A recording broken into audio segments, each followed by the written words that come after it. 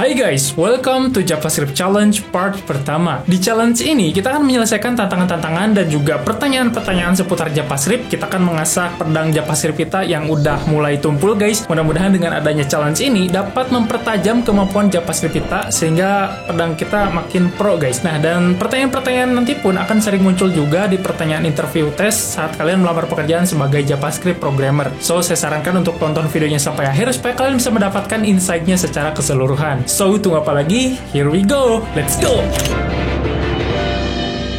Oke guys, kita masuk ke challenge yang pertama alias ke pertanyaan yang pertama ya. Tapi sebelum itu, gue akan coba jelasin dulu mekanisme dari challenge-nya ini ya. Yang di atas itu adalah clue-nya, terus di bawah itu adalah pertanyaannya atau tugas kita untuk menyelesaikan itu kayak gimana.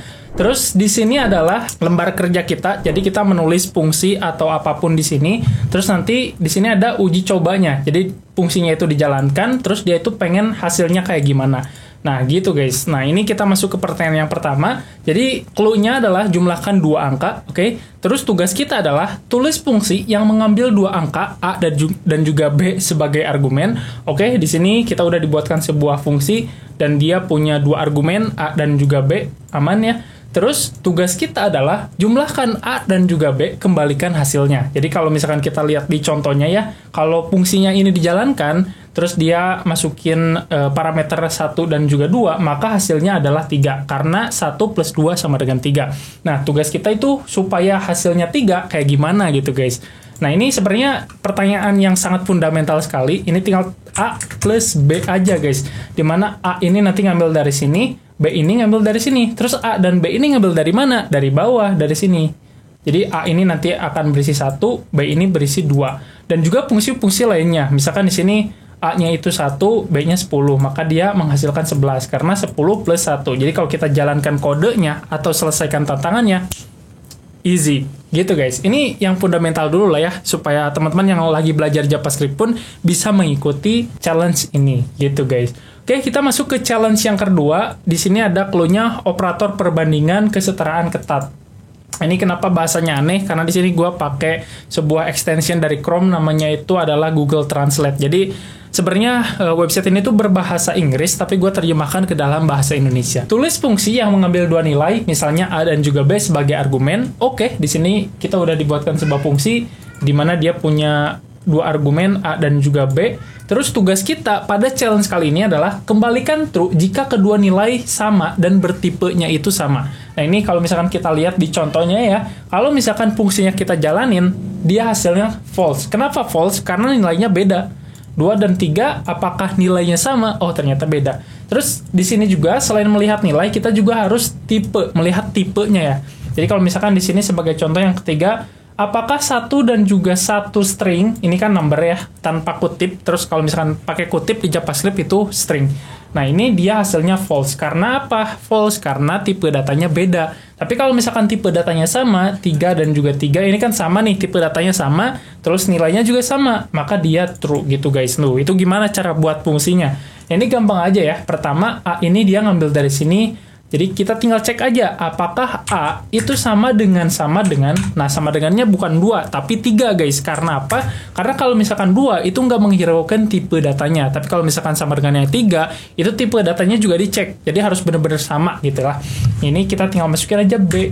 Jadi apakah A sama dengan B? Jadi kalau misalkan enggak, dia hasilnya false. Tapi kalau misalkan tipe datanya sama, nilainya sama, maka dia akan hasilnya true gitu guys.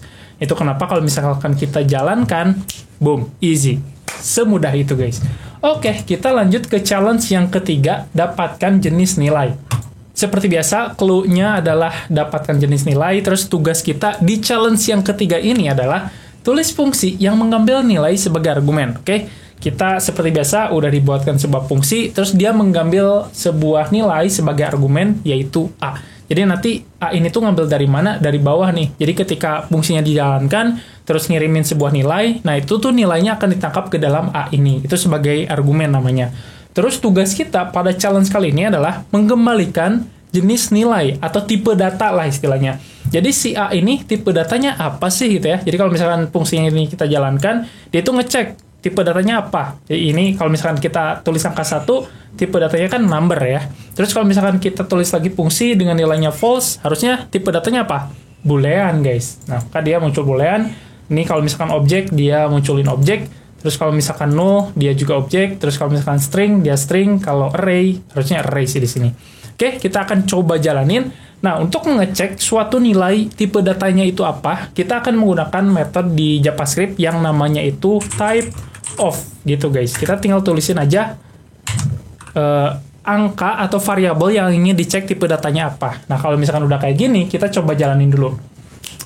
Easy peasy guys. Oke, kita udah menyelesaikan 3 challenge. Kita akan lanjutkan ke challenge berikutnya. Di sini katanya dapatkan karakter string ke n. Ini seperti biasa, untuk tugas kita adalah tulis fungsi yang menggunakan string a dan angka n sebagai argumen. Oke, seperti biasa di lembar kerja kita udah punya sebuah fungsi di mana dia punya 2 buah argumen a dan juga n, di mana a ini nanti ngambil dari fungsi yang ini ya, nilai yang ada di sini. Terus yang n ngambil dari angka 1 ini. Jadi ketika fungsinya dijalanin, itu dia ngirimin 2 parameter berupa string dan juga number. Oke, tugas kita pada challenge kali ini adalah mengembalikan karakter ke n dari a. Nah, itu maksudnya kayak gimana guys? Nah, ini ada sebagai contoh, ketika fungsi ini dijalankan, dia tuh hasilnya pengen ngambil a-nya aja. Kenapa ke a? Karena kita tahu karakter yang pertama itu a. Ini kita punya string seperti biasa, terus kita pengen ambil karakter ke-5-nya gitu guys. Ini tinggal hitung aja, 1, 2, 3, 4, 5, W. Maka dia hasilnya adalah W, gitu guys. Nih, caranya gampang aja.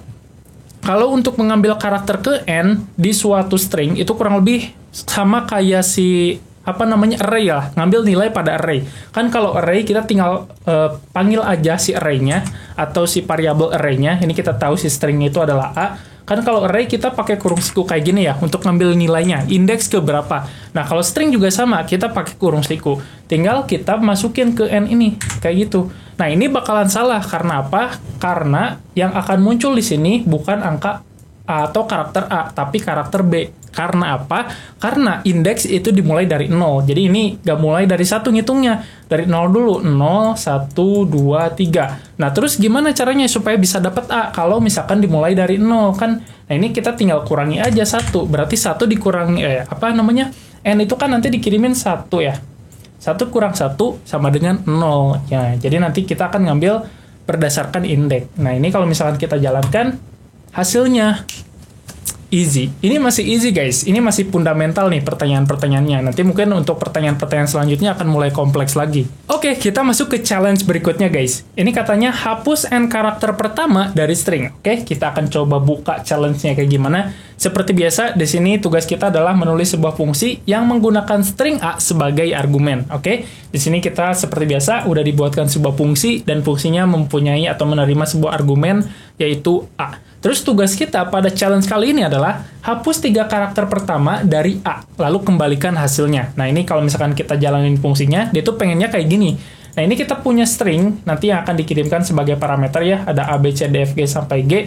Terus dia tuh pengen hapus 3 karakter di belakangnya. Jadi nanti hasilnya kayak gini, D, E, F, G. Jadi A, B, C-nya ini dihilangin, baru nanti hasilnya jadi kayak gini. Nah, ini contoh lain, kalau misalkan kalian masih bingung, ini kita punya sebuah, kita jalanin lagi fungsinya, terus dia itu punya string 1, 2, 3, 4, terus kita pengen hilangin 3 angka di belakangnya, yaitu 1, 2, 3, terus balikin nilainya sebagai hasil. Nah, berarti ini hasilnya 4, karena 1, 2, 3 ini dipotong sebanyak 3 karakter, yaitu tugasnya ya. Oke, kita akan kompletin ini, atau lengkapi fungsi yang udah dibuatkan oleh challenge-nya ya. Jadi yang pertama, caranya itu gampang aja guys.